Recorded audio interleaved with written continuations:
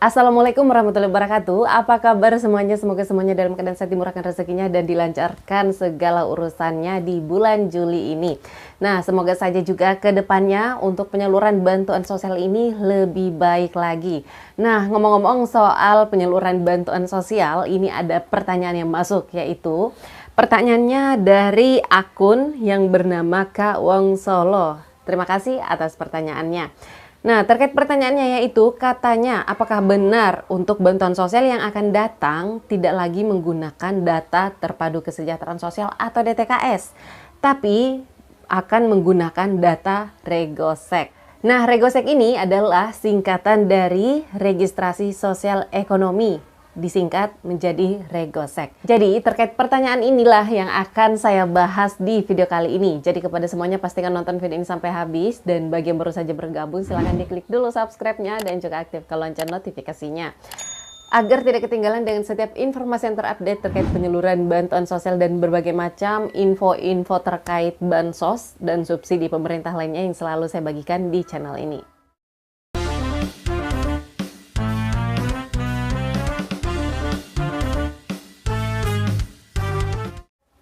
Oke, Bapak Ibu, jadi sebenarnya sudah sejak 3 tahun yang lalu saya sempat mendengarkan informasi terkait hal ini.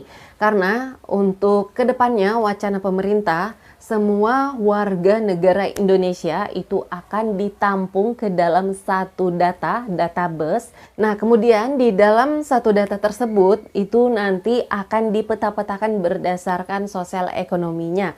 Dan ternyata yang dimaksud pada waktu itu adalah Regosek ini. Karena Regosek ini seperti yang saya ketahui sesuai dengan sosialisasi yang telah disampaikan bahwa seluruh masyarakat atau warga negara Indonesia akan didata di dalam Regosek ini. Hanya saja yang membedakan nanti yaitu bagian-bagiannya, kelas-kelasnya. Dan juga Regosek ini sudah disinkronkan dengan berbagai macam data dari kementerian lainnya seperti misalnya dari Ketenagakerjaan atau BPJS, Kemenkumham dan sebagainya. Sehingga apabila NIK masyarakat ini sudah dimasukkan ke dalam data Regosek tersebut, di sana akan langsung disinkronkan bahwa pemilik NIK ini telah terdaftar juga di berbagai lembaga. Nah, pertanyaannya, apakah ke depannya penerima bantuan sosial tidak lagi menggunakan data terpadu kesejahteraan sosial, melainkan akan menggunakan data Regosek tersebut? Untuk jawabannya, secara teknis ke depannya nanti kita semuanya belum tahu akan seperti apa, apakah akan disinkronkan antara DTKS dan juga Regosek, atau seperti apa ke depannya. Jadi kita menunggu saja. Namun yang jelasnya untuk data Regosek ini yaitu perbedaannya dengan DTKS terlebih dahulu ya. Data Regosek ini yaitu akan menampung seluruh data warga negara Indonesia. Semuanya akan masuk di dalam data Regosek ini. Sedangkan selama ini data DTKS yaitu hanya menampung nama-nama atau database masyarakat yang dianggap layak menerima bantuan sosial. Dan kedepannya nanti secara teknis kita tunggu saja informasi resminya.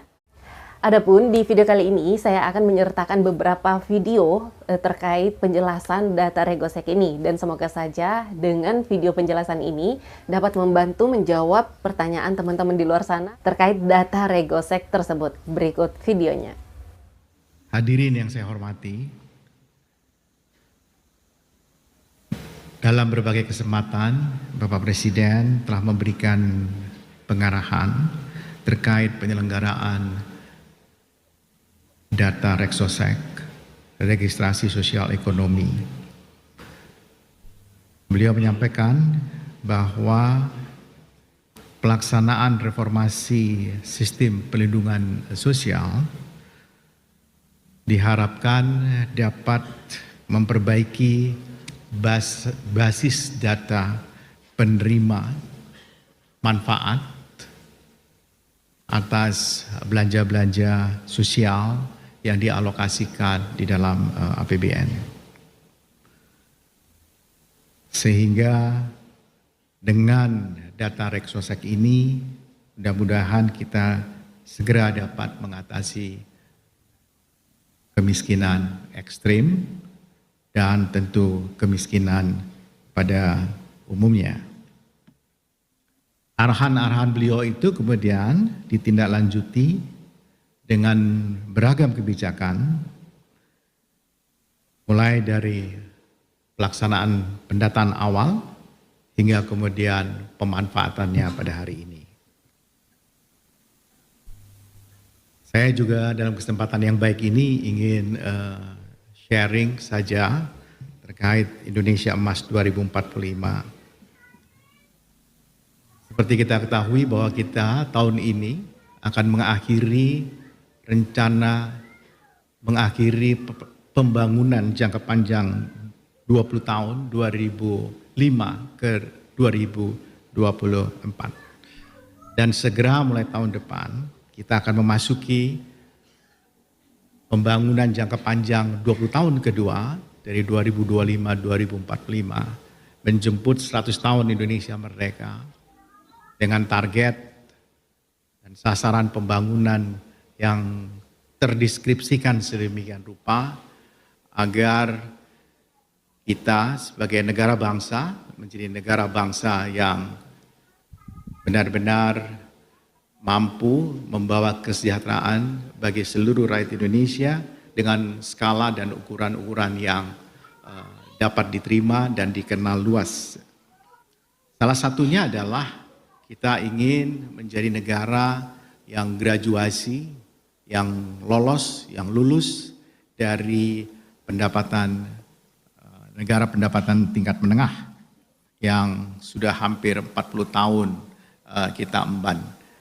Dan mudah-mudahan kita akan memulainya lagi dengan 20 tahun yang akan datang ini akan jauh lebih cepat.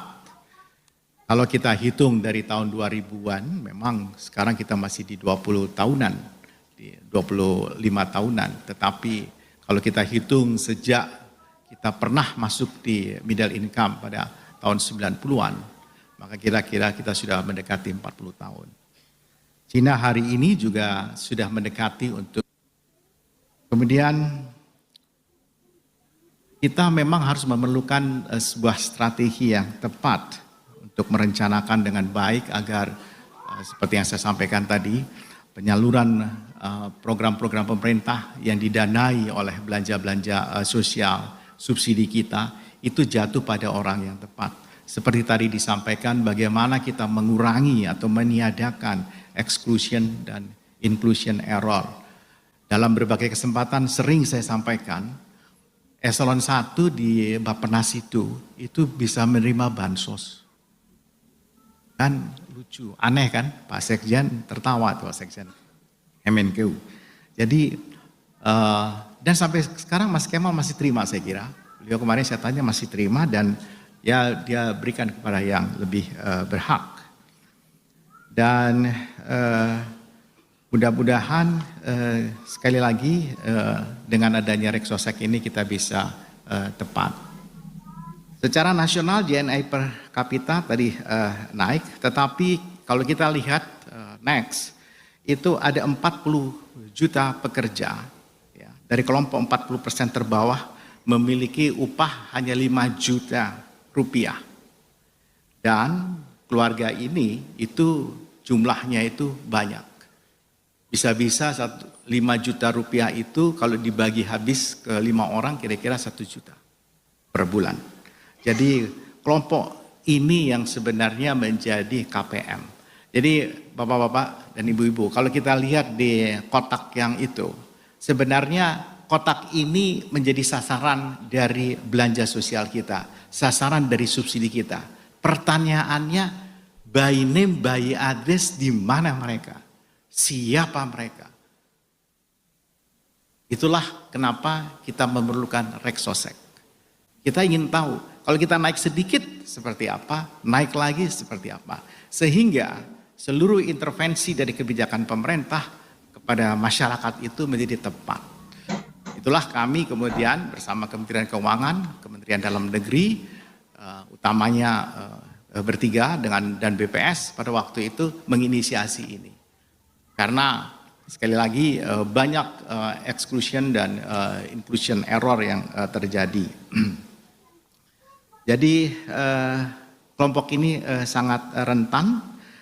Kalau kelompok yang 10% terdiri dari 10 juta orang dengan pendapatan di atas 23 juta, dan kita lihat di situ, dan keluarganya lebih sedikit. Jadi lebih kaya, jumlah anggota household-nya itu, rumah tangganya itu bisa di bawah 3 orang. Dan sekali lagi program pemerintah ini harus menaikkan, mampu mendorong gitu. Kalau tidak ya eksistensi sebuah pemerintahan dipertanyakan. Nah, dan kita telah menyusun beragam banyak sekali pendekatan-pendekatan untuk melakukan bagaimana cara kita mengatasi itu. Yang pertama, kita telah melakukan pemberdayaan masyarakat miskin ya dan yang rentan, dan untuk meningkatkan kemampuan masyarakat miskin dan rentan itu kita juga berupaya mengubah mindset yang lebih positif pada mereka dengan menyertakan para pendamping-pendamping yang mensupervisi mereka. Kemudian pendekatan yang lain adalah pertama memberdayakan, empowering masyarakat, kemudian menciptakan kesempatan kerja dan mendorong mereka sendiri untuk mampu menjadi wirausaha. Dan informasi yang dimiliki Rexosek ini akan memudahkan untuk mengidentifikasi seperti yang saya sampaikan tadi, para penerima manfaat atau sering kita sebut kelompok penerima manfaat. Contohnya data Rexosek dapat digunakan untuk menganalisis kondisi rumah beserta anggota rumah tangga sehingga kita bisa memastikan jenis-jenis bantuan yang akan kita berikan kepada mereka. Dengan demikian setiap intervensi akan memberikan dampak yang optimal, yang maksimal ya bagi masyarakat, baik secara individual dan kemudian bagi lingkungan kesejahteraan itu.